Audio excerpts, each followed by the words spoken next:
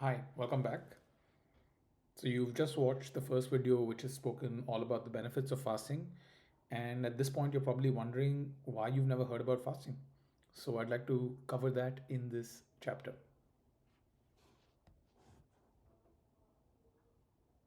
So, the reason is super simple. Think about it for a second. Who do you think stands to benefit from fasting? Pause here, think about it.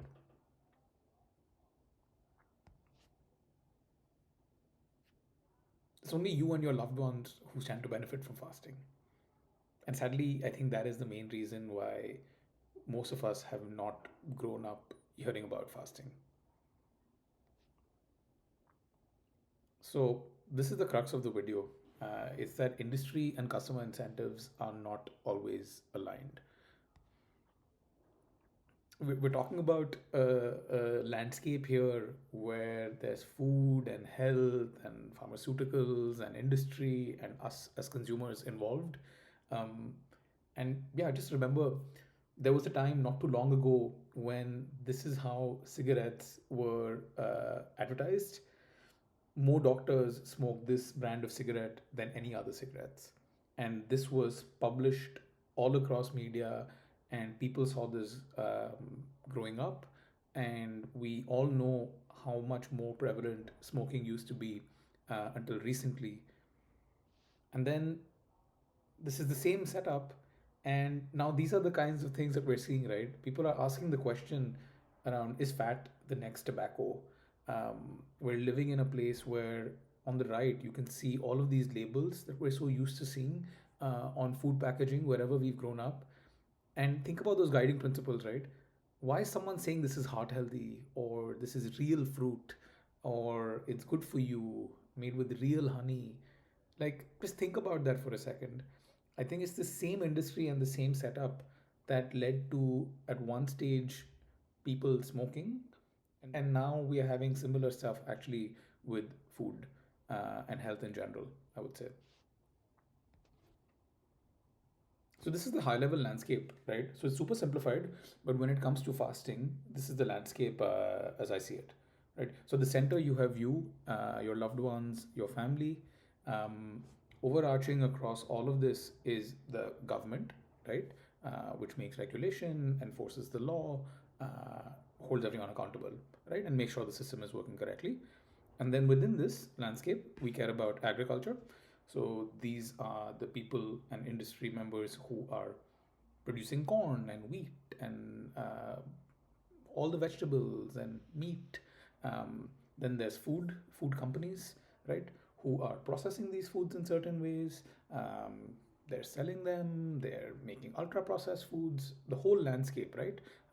Right from a store selling you food to a large company uh, that is selling food and drinks across the world. Um, then there's also healthcare providers. So this can be public or private based on where you are. So in the US, a lot of this is privatized. So hospitals where you go to, caregivers, all of that. And then there's also the pharma industry, right? Where they're making a lot of the medication that we need to treat illnesses, to help perform medical procedures on people. So yeah, these are the big industries involved. Now let's think about this from first principles, right? When you fast, you eat less. Basically, I'm saying in my definition of fasting, it's consuming no calories. Ideally, it's having just water, right? So you're not eating at this point. The impact of this is that the food industry loses sales and loses dollars. As a result, upstream, the agriculture industry also loses sales and loses dollar, right? As businesses, their incentive is to make the maximum amount of profit in a legal fashion that the government allows them to do. If one is not eating, one is not consuming food, this impacts the food and the agriculture industry. Super logical. The result of this, if we believe that fasting has benefits, you become healthier and you reduce your likelihood of developing diseases like hypertension, diabetes, brain issues, and often you also reverse some of these diseases as we spoke about in the last video, right? So many documented cases of people reversing type 2 diabetes and a whole slew of other things, by the way. The downstream impact of this is the pharma industry effectively loses customers and loses dollars, right? People who would have been consuming diabetes medication lifelong to maintain this condition, for example, uh, are not doing that anymore. And also, when one is dealing with a privatized healthcare system, someone who's healthier is not visiting the hospital, and that hospital is losing out on money effectively, right? Just ask yourself this fundamental question again, right? Like,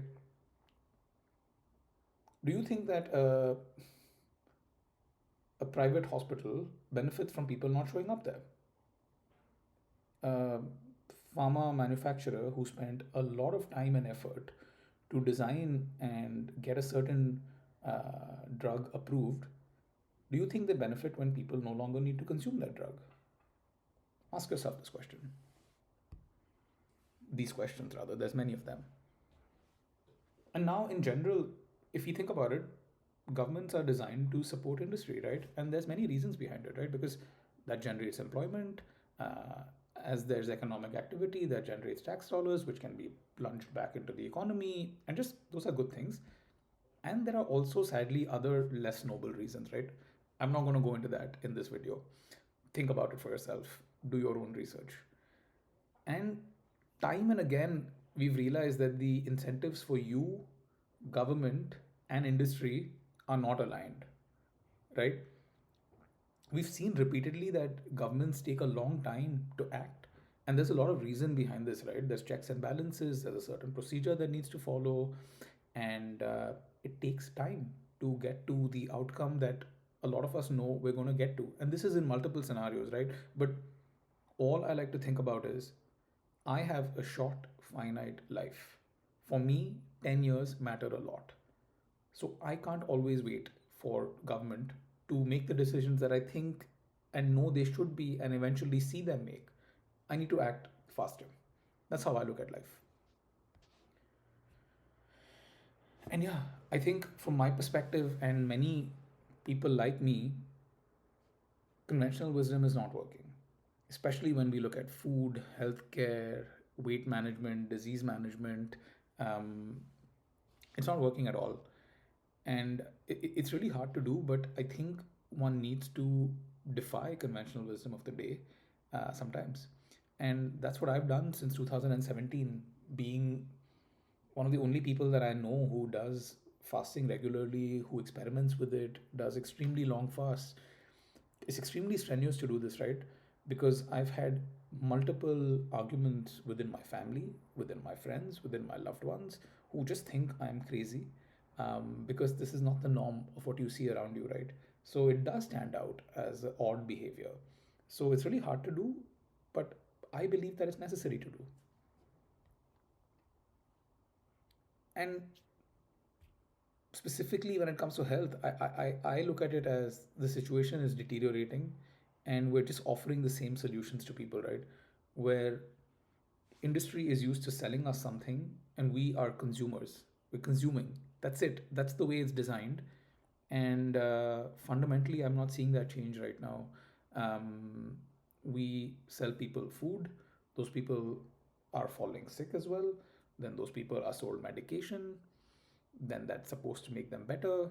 Then, if things are not happening, they're sold other things where they're repeatedly customers over there. Recently, there's a new set of medication being sold to people to help them reduce and manage their weight. But then they're consuming that medicine repeatedly. We're not talking about side effects, economic costs to the person, to the government. But the same model is just playing out again and again and again. And I think that needs to end. So I leave you with this message. It's time to wake up. It's time to think about these questions and these themes that I've tried to lay out in a very brief video very deeply for yourself. You need to meditate over this, really think about it. And if what I'm trying to hint at and highlight to you over here makes sense, it's time to wake up. Remember these guiding principles that we touched on in the last video. Think from an evolutionary perspective. A lot of the world today is not talking about fasting, but we know that our ancestors, even like 200 years ago, definitely 500 or 1,000 years ago, did not always have access to food.